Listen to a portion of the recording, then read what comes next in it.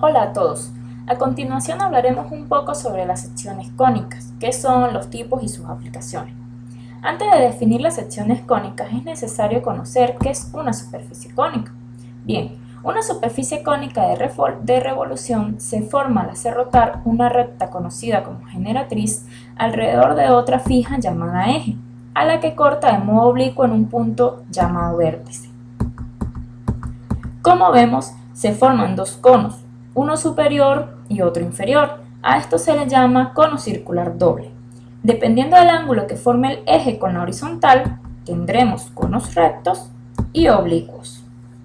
Ahora bien, una sección cónica o simplemente cónica es una curva que se forma al intersectar una superficie cónica con un plano cualquiera, que, como vemos, no pase por el vértice.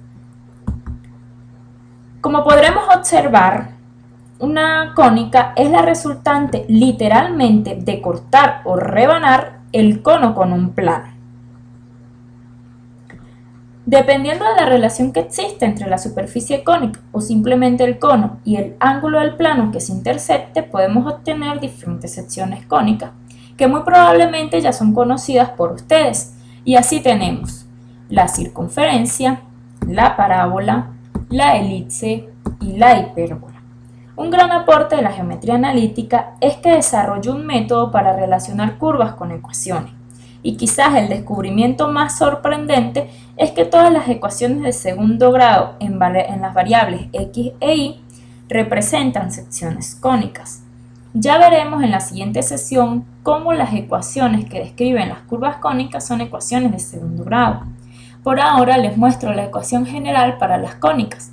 Dependiendo de los valores de los parámetros h, g y f, se obtendrá la ecuación de una u otra cónica.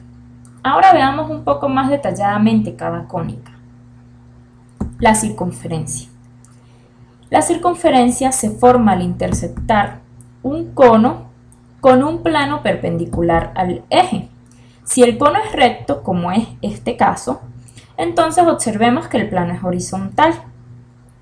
También se dice que la circunferencia es el lugar geométrico de los puntos de un plano que equidistan de otro punto fijo llamado centro en una cantidad constante que conocemos como radio. Estos son elementos de la circunferencia. Otro elemento muy conocido de la circunferencia es el diámetro. La elipse es la cónica que se produce al intersectar un cono con un plano oblicuo al eje, pero que no sea paralelo a la generatriz, y el plano y el eje forman un ángulo mayor que el que forman el eje y la generatriz. También se dice que la elipse está definida como el lugar geométrico de los puntos del plano, tales que la suma de las distancias a dos puntos fijos llamados focos es constante. Otros elementos de la elipse son el centro, el eje mayor y el eje menor. La parábola es la sección cónica que se origina al intersectar un cono con un plano oblicuo que es paralelo a la generatriz. Observen que, a diferencia de las dos cónicas anteriores, la parábola es una curva abierta. También se define como el lugar geométrico de los puntos del plano que equidistan de un punto fijo llamado foco y de una recta conocida como directriz. Los otros elementos de la parábola son el vértice y el eje. La hipérbola es la sección producida por el cono y un plano oblicuo al eje, formando con él un ángulo menor al que forma el eje con la generatriz y cortando por lo tanto el cono superior como el inferior. La hipérbola también se define como el lugar geométrico de los puntos del plano cuya diferencia de distancias a dos puntos fijos llamados focos es constante y menor que la distancia entre los focos. Otros elementos de la hipérbola son el centro y los vértices. Ahora hablemos sobre el resumen. Fíjense que en esta figura vemos las diferentes cónicas que se forman al intersectar los planos que forman diferentes ángulos con la generatriz, y así tenemos el círculo, la elipse, la parábola y la hipérbola. Hablemos un poco sobre las aplicaciones de las cónicas. Aunque no lo crean, son muchas las aplicaciones de estas secciones y en diferentes áreas. Así, las aplicaciones más conocidas están en la física, pero también para crear obras de ingeniería y de arquitectura e incluso obras de arte, algunas veces están involucradas las secciones cónicas. Veamos algunos ejemplos. Por ejemplo, aplicación de la parábola.